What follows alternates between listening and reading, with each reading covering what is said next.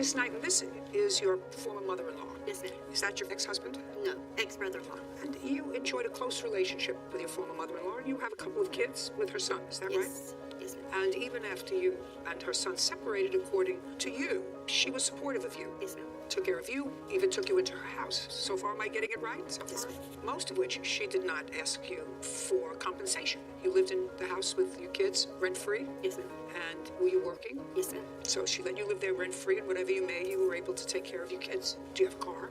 No, I don't. Did you? Yes, ma'am. But then in January of this year, your former mother-in-law says that she lent you $1,200. Yes, ma'am. Did she, in fact, exchange, I won't use the word give or loan, I'm going to use the word exchange with you a sum of money in January? Yes. How much? It was different amounts. I'm not real sure. It wasn't one check or one amount of money, it was... No, ma'am. It was just different times that she knew I needed money. She would call and tell me that she would give it to me. She didn't ever say I had to pay it back. Am I correct in January? Is she correct that you didn't give her one check for $1,200? Not a check. Cash. Uh-huh. Was it at one time? Yes. Tell me about it, Mrs. Knight. Well, she was trying to get on her feet, so she needed the $1,200 to get. Well, she used it for.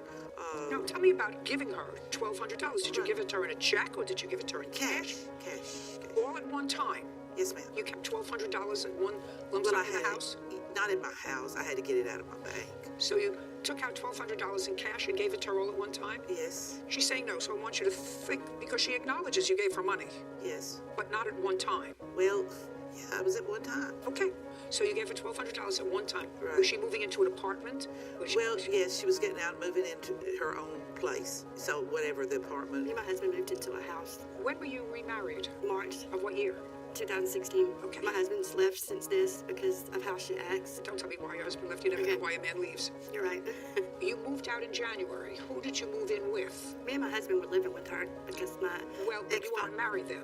No, my ex-father-in-law was dying, and Papa asked us to come up there and stay. And I would cook them breakfast every morning, take care of them, do what I had to do for Papa and her. Then I would go to work, come home, still cook for them, give them their medicine. She would give me money, but she never would say I had to pay her back. I mean, it was give and take. And now that she's broke, she has Papa's passed, and I know that she is lonely. And I'm the only one that has all these years been right beside her. Other than the $1,200, you said that you gave her another large sum of money. When was that? $350. That was About, breaks. Shh. That was like in June. yeah, something like that. But she said she would pay me back. Now, she What did was the say she would pay me 350? back. What It was was for breaks, but she took the car back. When And I did never you said take I would pay her When back. did she take the car back? She's been trying to take it back and for months, and we had, Well, whose car was it? it was mine. I've been paying $500 a month for 3 years. Her name is on it though, because I couldn't get it. I didn't have the credit. She signed for it and just said if I pay for it, don't let her down, and I've been paying for it every month. My husband's paid for it. We paid over $15,000. We had like 10 more thousand, and she went to the body shop and screamed, yelled, called the police, told them that I couldn't have the car. Is it true that the $350 was for brakes on the car? What was it for? $350. She just said she needed $350.